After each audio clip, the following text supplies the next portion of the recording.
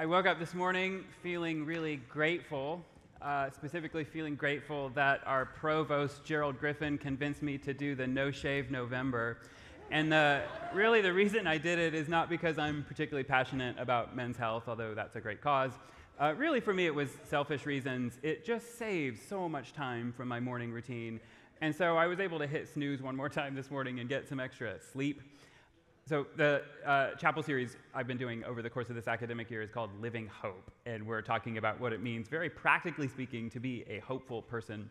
And last time I talked about sleep, and this morning we're going to talk about gratitude. And our thesis this morning is that a hopeful person is someone who has persistent gratitude, someone who always finds things to be grateful for. And of course it makes sense to talk about gratitude this week because this is Thanksgiving week. And if you've been around Hope the last few years, you know that I do a chapel talk every year on gratitude. And so you might be thinking, okay, well, this sounds like a recycled sermon. And what I would say to that is, I don't view it necessarily as recycled. I view it as a classic that's worth repeating. So we're going to do it again because I like this.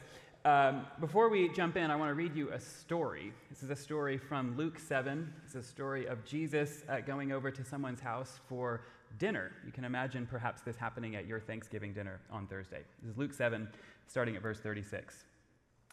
One of the Pharisees asked Jesus over for a meal. He went to the Pharisee's house and sat down at the dinner table.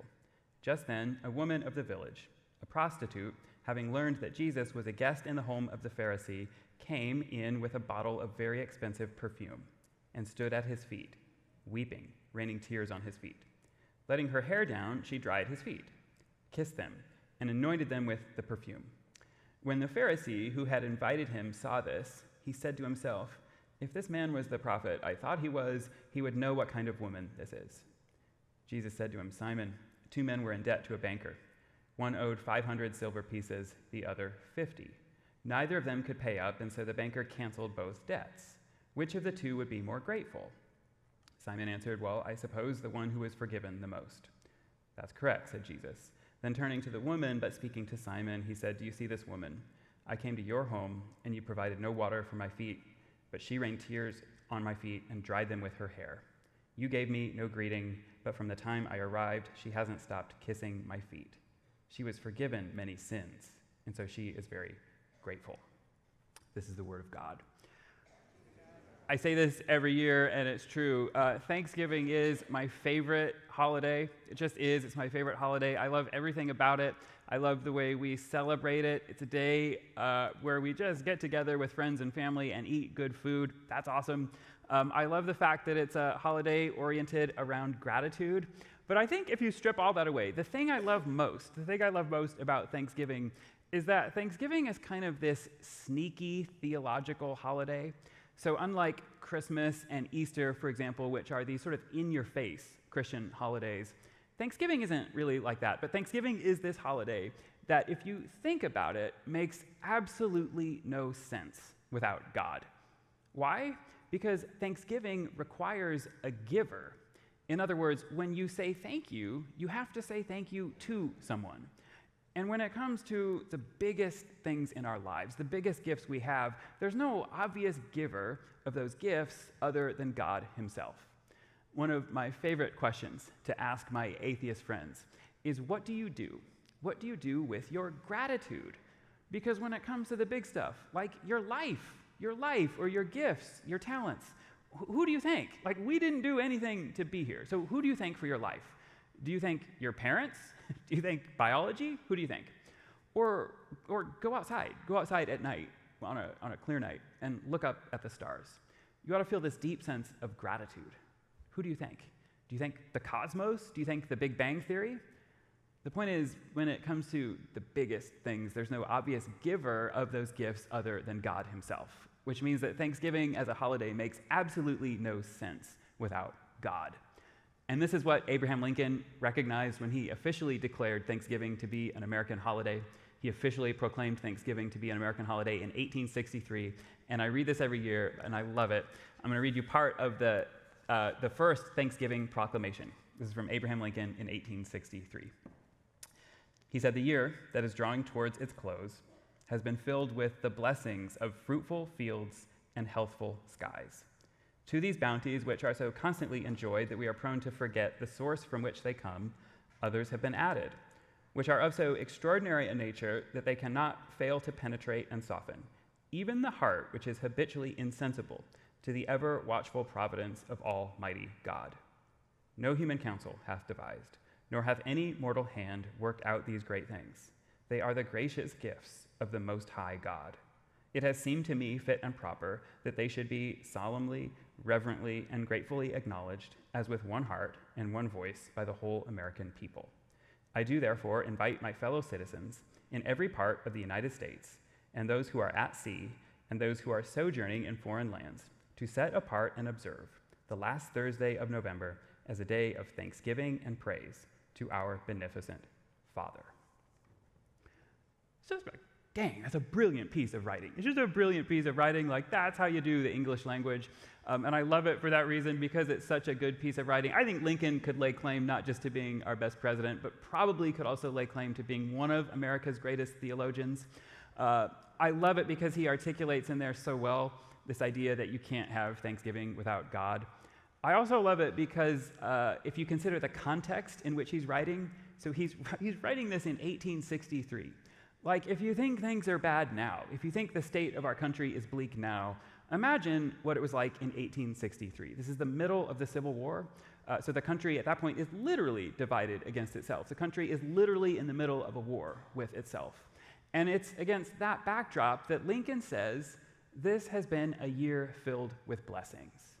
And that's the kind of gratitude that a hopeful person has. A hopeful person is someone who can always find things to be grateful for. A hopeful person is someone who has this persistent, gritty gratitude. And the question is, how do we get that? How do we get that kind of gratitude? This is one of those beautiful cases where, to answer the question, you can actually find the answer to the question in the word itself. And so the word gratitude comes from the Latin word gratus. And from the Latin word gratus, we actually get two English words. We get gratitude, and we also get the English word grace.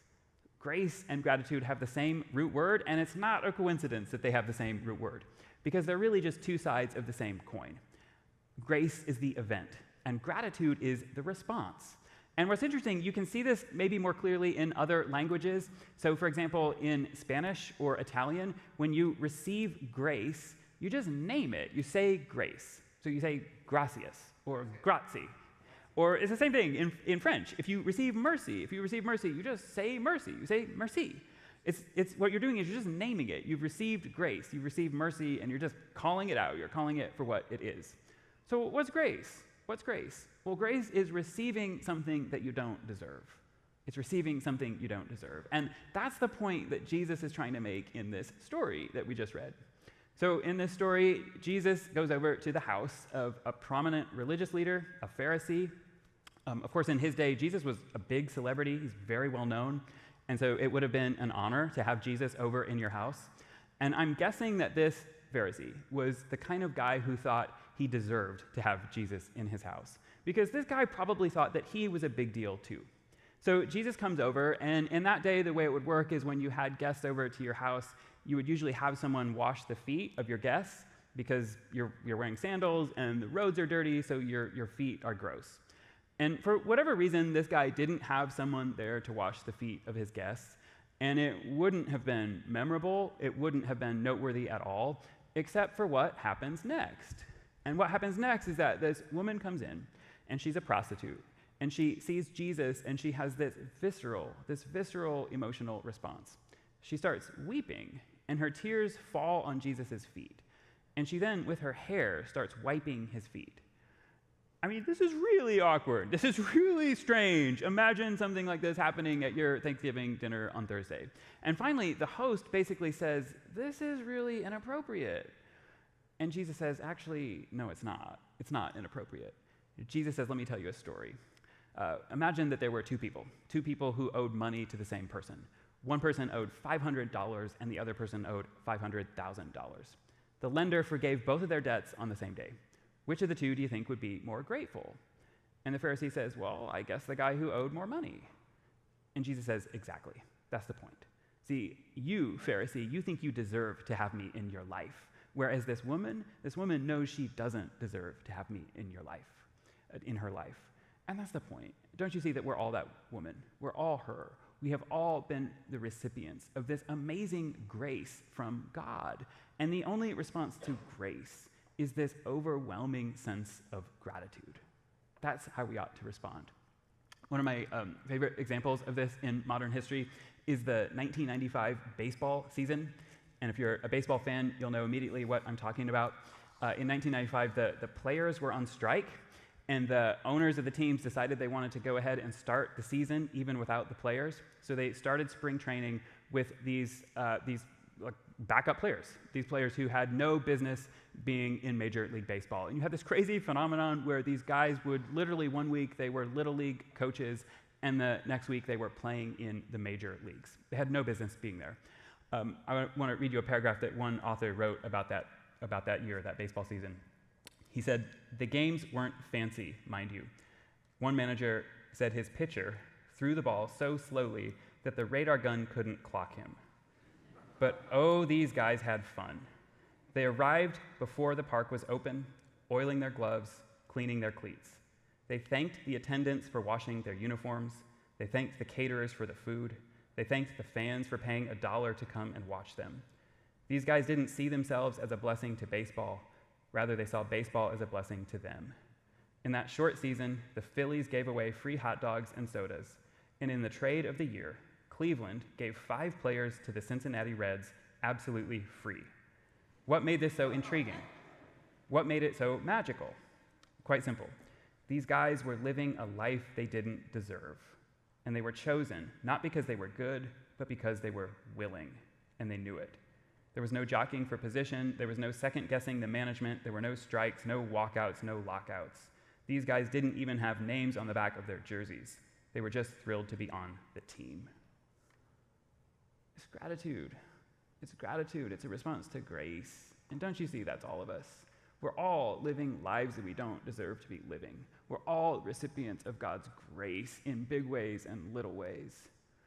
And when I look at my own life, I see all kinds of things that I don't deserve. I don't even deserve to be here. I don't deserve to have this job. I love this place. I truly love this place. I don't deserve to be here, and yet here I am.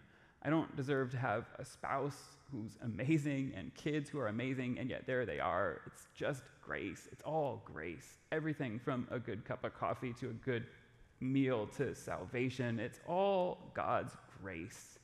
And the only appropriate response to that is to be like these baseball players, to be like these guys who are just saying thank you, thank you, thank you at every turn, regardless of what's going on in our lives. Because the reality is, whatever you're facing, however big it is, there's always something bigger to be grateful for. And so my prayer for you is that this Thanksgiving would not be a day, but would be a new state of mind, and that you would step into this week and every week with an attitude of gratitude. Sorry for the rhyme. An attitude of gratitude. And here's what I think you can do. What I think you ought to do is every morning, start your day by just writing down somewhere, maybe on your phone, writing down 5 things you're grateful for. And I think you'll find that it'll start to change your life. I think you'll find that it will bring you closer to God. The Bible says we enter his courts with thanksgiving. We enter his gates with praise. So go in peace and have a happy Thanksgiving.